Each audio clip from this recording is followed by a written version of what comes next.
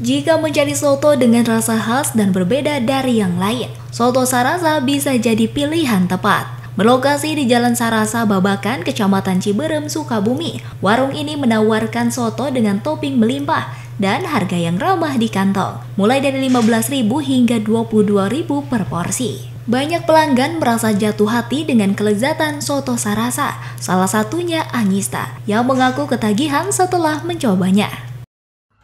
Rasanya benar-benar enak banget, bikin lagi, dan tentunya ini sotonya salah satu soto yang beda dari yang lain ya, apalagi ini toppingnya banyak banget, dan tentu rasanya itu bikin kangen. Keunikan lain dari soto Sarasa adalah dagingnya yang empuk dan cita rasanya yang cocok untuk semua kalangan. Viko, salah satu pelanggan, bahkan merekomendasikan tempat ini untuk mahasiswa karena harganya yang terjangkau. Rasanya sotonya enak banget. Terus dagingnya empuk, saya rekomendasiin buat mahasiswa, harganya terjangkau. Menurut sang pemilik Alwa Putri, nama soto Sarasa diambil dari lokasi tempatnya berdiri. Tak hanya soto, tempat ini juga menyajikan menu tongseng dan berbagai minuman segar.